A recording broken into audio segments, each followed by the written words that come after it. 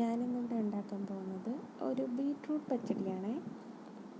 ആവശ്യമുള്ളത് കുറച്ച് വെളിച്ചെണ്ണയാണ്.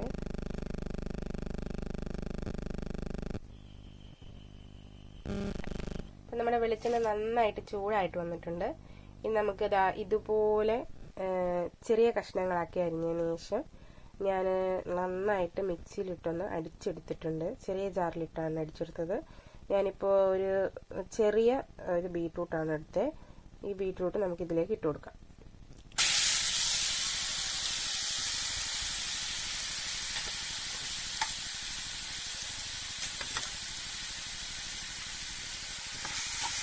ഇനി നമുക്ക് നന്നായിട്ടൊന്ന് ഇളക്കി കൊടുക്കാം. ഈ കുറച്ചിട്ടേക്കാണ്, ഈ കുറച്ചിടണം. നന്നായിട്ട് തന്നെ ഇളക്കി കൊടുക്കാം. ഇളക്കി കൊടുത്തതിന് ശേഷം ഇത് വേവാൻ വേണ്ടി നമുക്ക് കുറച്ചിട്ടാണ് ഒന്ന് അടച്ചു വെക്കാം.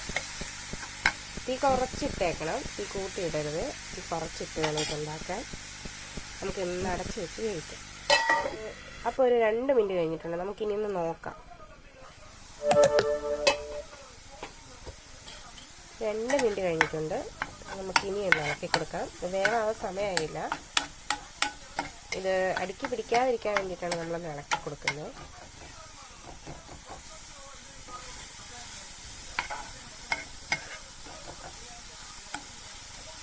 ഇതുപോലെ തന്നെ പരത്തി വെക്കാമെങ്കിൽ ഇത് ഒരേ വേവിൽ ഒരേ സമയം വേവും. നമുക്കിനി ഒന്ന് അടച്ചു വെച്ച് കൊടുക്കാം. ഇനി ഒരു 5 മിനിറ്റ് വേണ്ട, ഒരു 2 മിനിറ്റ് തന്നെ നമുക്ക് ഒന്നുകൂടെ വെയിറ്റ് ചെയ്യാം. അടച്ചു വെച്ച് കൊടുക്കാം. ഇടയ്ക്ക് വേവ് നോക്കണം. വേവ് കുറവുണ്ടെങ്കിൽ നമ്മൾ നന്നായിട്ട് വേവിച്ചെടുക്കണം. അപ്പോൾ അടുത്ത 2 മിനിറ്റ് കഴിഞ്ഞിട്ടുണ്ടെങ്കിൽ നമുക്കൊന്ന് തുറന്ന് നോക്കാം. അപ്പോൾ ഇതിൽ നമ്മൾ ഒരു തുള്ളി പോലും വെള്ളം ചേർത്തിട്ടില്ല. ബീട്രൂട്ടിലുള്ള ആ വെള്ളത്തിൽ തന്നെയാണ് ഇത് വേവുന്നത്. ഇതൊന്ന് വെന്തോന്ന് നോക്കാം.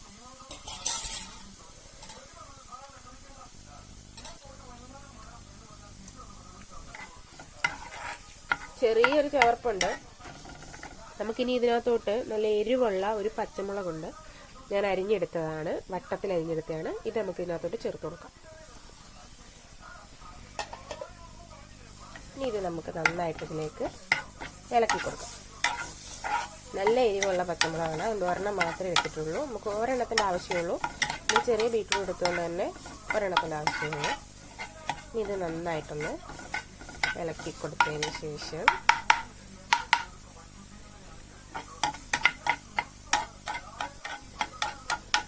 നമുക്കിനി ഇത് ആ എരിവൊക്കെ ഒന്ന് പിടിക്കാൻ വേണ്ടിയിട്ടും, പിന്നെ ചെറിയൊരു ചെവർപ്പുണ്ട്.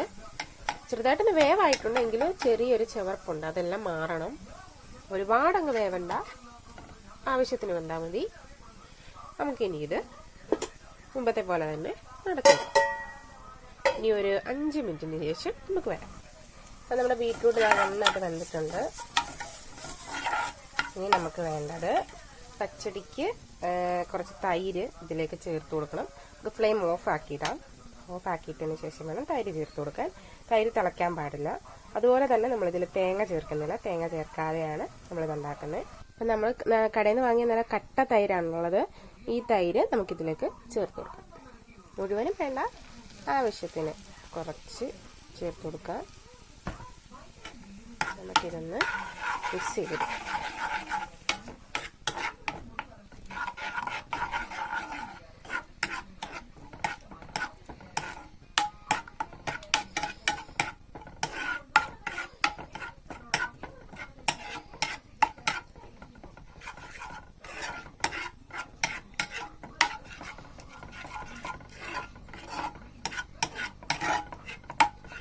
നന്നായിട്ട് മിക്സ് ചെയ്തെടുക്കുക.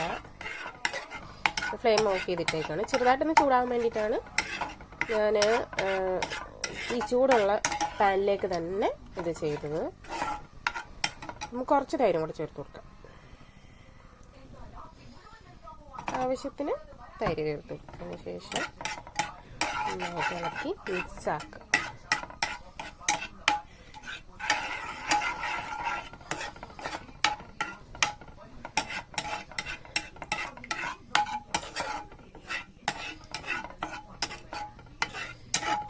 നിങ്ങൾ പ്രത്യേകം ശ്രദ്ധിക്കേണ്ട കാര്യം അപ്പോൾ ഒരിക്കലും തീ ഓണാക്കി വെച്ചിട്ട് ചെയ്യരുത്. ഓഫാക്കി വെച്ചതിന് ശേഷം മാത്രമേ ചെയ്യാവൂ.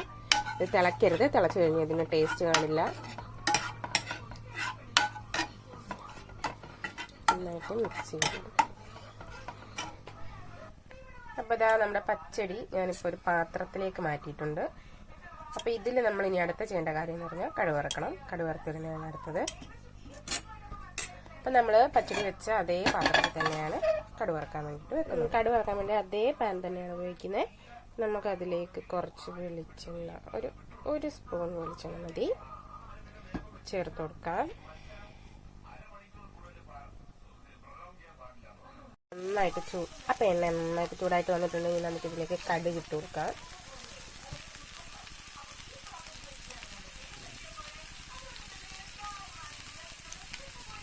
അപ്പോൾ അതിൻ്റെ കടുകൊക്കെ പൊട്ടി തുടങ്ങിയിട്ടുണ്ട്. അപ്പം ഇതിലേക്ക് നമുക്ക് വറ്റൽ മുളക് ചേർത്ത് കൊടുക്കാം.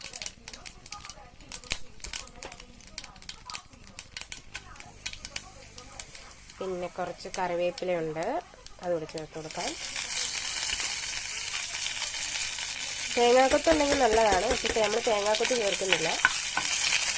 തേങ്ങാക്കൊത്തില്ലാതെ നല്ലതാണ്. തേങ്ങാക്കൊത്ത് ചേർത്ത് കൊടുത്താൽ നല്ല ടേസ്റ്റ് ഉണ്ടാവും. നന്നായിട്ട് ഇളക്കി കൊടുക്കാം. കരിയാൻ പാടില്ല. തീ ഒന്ന് ഓഫ് ചെയ്തേക്കാം.